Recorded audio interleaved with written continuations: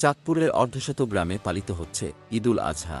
Saudi আরব সহ মধ্যপ্রাচ্যের দেশসমূহের সঙ্গে মিল রেখে উৎসাহ উদ্দীপনার মধ্যে দিয়ে আজ চাঁদপুরের অর্ধশত গ্রামে পালিত হচ্ছে ঈদুল আজহা। ঈদকে ঘিরে গ্রামগুলোতে উৎসবমুখর পরিবেশ বিরাজ করছে। সকাল থেকে নামাজ আদায় ও পশু কোরবানির মধ্য দিয়ে ঈদুল আজহা পালন করেছেন এসব গ্রামের মানুষ।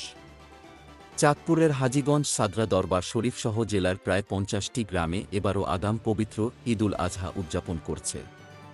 গ্রামগুলো হচ্ছে হাজীগঞ্জ উপজেলার সাদরা, সমেশপুর, অলিপুর, বলাখাল, মনিহার, প্রতাপুর, বাসারা।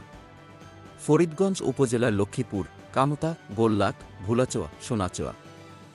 উভারামপুর, উত্তলি, মুন্সিরহাট, কাইতারা, মূলপাড়া, বদরপুর, আইকপাড়া, সুরঙ্গচাইল, বালিথুবা, পাইকপাড়া, নূরপুর, সাচনমেঘ, সোল্লা, হাসা, গোবিন্দপুর, মতলব উত্তর উপজেলার দশানী, মোহনপুর, পাচানি এবং কচুয়া ও শাহরাস্তি উপজেলার কয়েকটি গ্রাম। সাদরা দরবার শরীফ মাঠের পীরজাদা জাকারিয়া চৌধুরী আল মাদানী বলেন, দরবার শরীফ মাঠে ৯টায় ঈদের জামাত অনুষ্ঠিত হয়।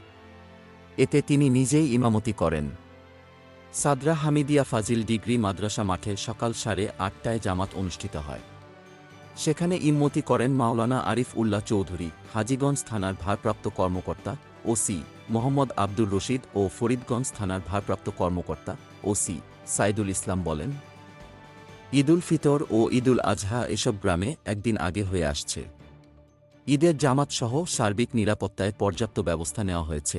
আগাম ঈদ পালনকারী লোকদের সঙ্গে কথা বলে জানা গেছে, ১৯২৮ সাল থেকে সৌদি আরব সহ আরব দেশসমূহের সঙ্গে মিল রেখে রোজা, ঈদুল ফিতর ও ঈদুল আজহা উদযাপনের এই পন্থা চালু হয়। হাজীগঞ্জ উপজেলার সাদরা দরবার শরীফের মরহুম পীর মাওলানা ইসহাক প্রথমে তার নিজ গ্রামে এবং পরে তার অনুসারীরা এমন নিয়ম মেনে রোজা রাখা শুরু করেন। সেই ধারাবাহিকতায় ঈদুল ফিতর এবং ঈদুল আজহা উদযাপন হয়ে আসছে। Golam Mostafa, desk report, BE news.